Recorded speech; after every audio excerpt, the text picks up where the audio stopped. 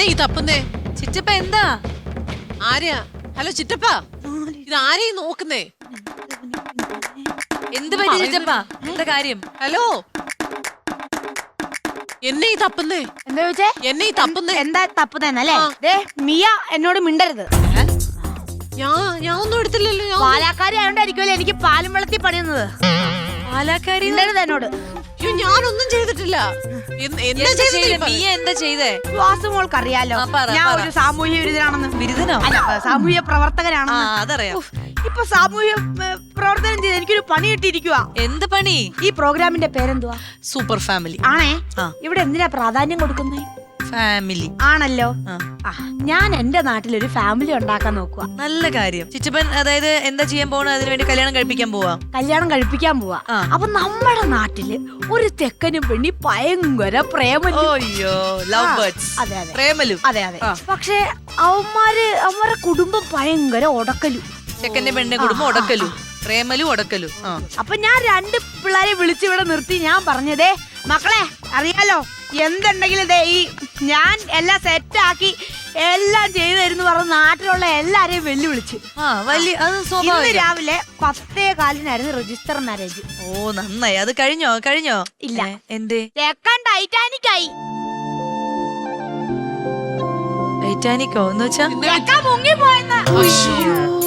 അവനങ്ങ് കല്യാണത്തിന് മുമ്പ് മുങ്ങിയില്ലേ?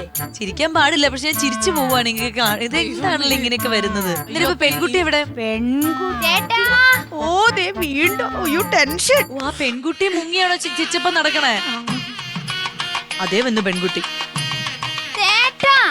എന്താ എന്റെ കിച്ചു ചേട്ടന്റെ കാര്യം എന്തായി? നിന്റെ കിച്ചു ഏട്ടൻ ഇവിടെ എങ്ങും ഇല്ല.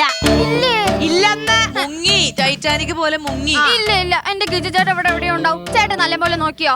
എന്റെ പൊന്നു കൊച്ചെ, ഞാൻ ഇവിടെ മൊത്തം അരിച്ചു പറക്കി. എവിടൊക്കെ നോക്കി? ഞാൻ നമ്മുടെ ബീവറേജിന്റെ ഫ്രണ്ടിൽ പോയി നോക്കി. അത് കഴിഞ്ഞ് മറ്റേ ആ പഞ്ചായത്ത് പെമ്പിള്ളാര് കുളിക്കുന്ന കുളിക്കടമുണ്ടല്ലോ, അവിടെ നോക്കി. പിന്നെ ഈ മറ്റേ പ്രായപൂർത്തിയായ പയ്യന്മാരെ ആത്മാവിന് പുക കൊടുക്കുന്ന സ്ഥലം ഉണ്ടല്ലോ, കുറ്റിക്കാട്, അതിന്റെ ഇടയ്ക്ക് മൊത്തം ഞാൻ തപ്പിയിട്ട് നിന്റെ കിച്ചുവേട്ടനെ കിട്ടിയില്ല. അയ്യേ, അവിടെ എന്റെ കിച്ചുവേട്ടനെ പോയി നോക്കിയേ. ഇത്രം വൃത്തിയാട്ട സ്വഭാവമുള്ളവൻ പിന്നെ അവിടെ കാണത്തുള്ളൂ. അല്ലെങ്കിൽ അവന് ഈ ലാസ്റ്റ് സമയം അവന് ഈ പരിപാടി കാണിച്ചു. എന്റെ കിച്ചു ചേട്ടൻ ഇങ്ങനെയൊന്നും അല്ല. താടിക്കാരൻ കിച്ചു ചേട്ടൻ ഇങ്ങനെയൊന്നും അല്ല.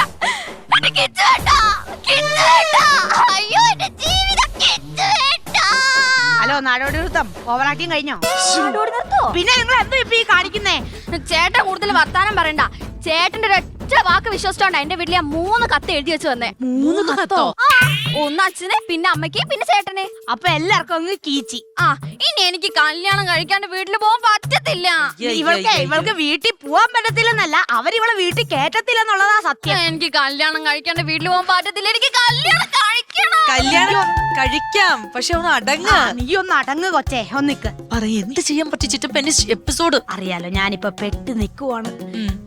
ഞാൻ ഇവളുടെ കിച്ചു വേട്ടനെ ഒന്ന് കണ്ടുപിടിക്കുന്നവരെ ഇവളെ ഒന്ന് കൂടെ നിർത്താൻ പറ്റുമോ? ഇവിടെയാ?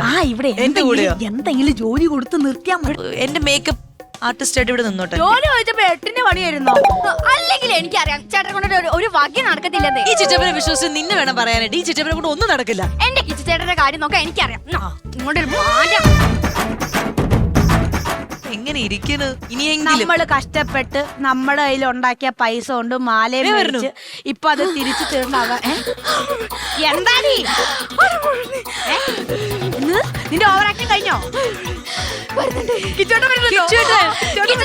പിന്നെ എന്റെ ആങ്ങളെ വരുന്നുണ്ട്. അതിന് നിന്റെ ആങ്ങളെ വിദേശത്ത് പുറത്തെന്നല്ലേ പറഞ്ഞേ? എന്നാ ഞാനൊരു സത്യം പറയട്ടെ, എന്റെ ആങ്ങളെ ശരിക്കും പുറത്തല്ല, അകത്താ. അകത്തോ? സെൻട്രൽ ജയിലില്. അതെന്താ സെൻട്രൽ ജയിൽ? അത് പണ്ട് എന്റെ പുറകെ നടന്ന് ശല്യം ചെയ്തൊരു ചെക്കന്റെ കയ്യും കാലും തല്ലി ഒളിച്ചതിന്. അവനൊക്കെ എന്തിനാ ഇപ്പൊ ഇങ്ങോട്ട് കെട്ടിയെടുക്കുന്ന? ഞാൻ വീട് വിട്ട് കാര്യം ഇറങ്ങി കാണും. അയ്യോ, എനിക്ക് ടെൻഷൻ ആവുന്നു. എന്താ ഇപ്പൊ ചെയ്യാ? ഞങ്ങൾക്കും ടെൻഷൻ ആവുന്നു. ചിറ്റപ്പാ,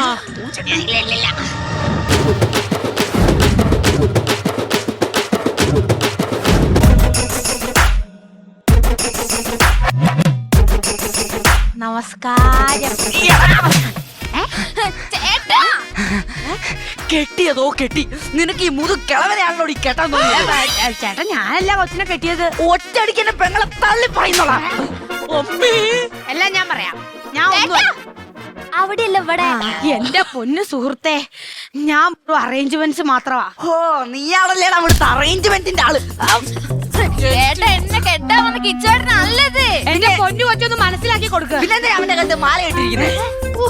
ഇത് ഏത് സമയത്താ എന്റെ പൊന്നു സുഹൃത്തെ? ഇവള് കെട്ടാ പോകുന്ന കിച്ചുവേട്ടൻ ടൈറ്റാനിക്കായി. ടൈറ്റാനിക്കോ? മുങ്ങി.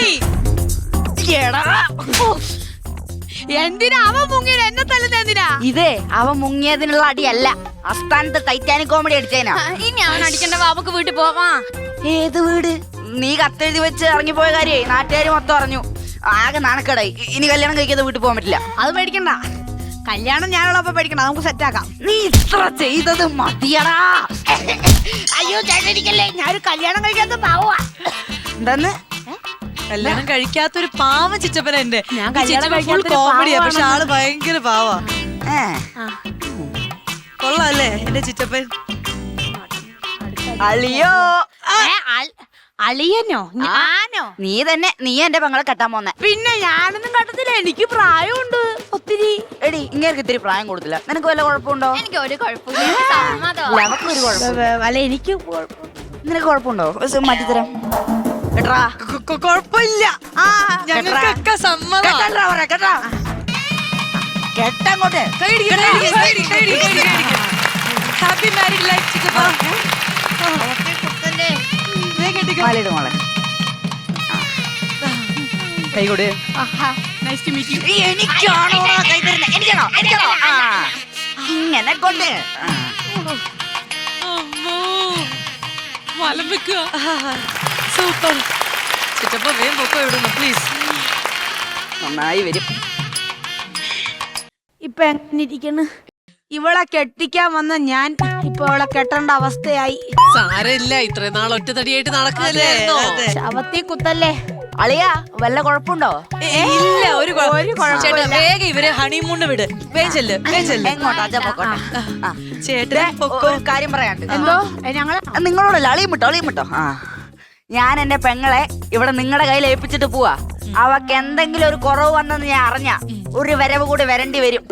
വരുത്തിക്കല്ലേ? ഇല്ല ഇല്ല,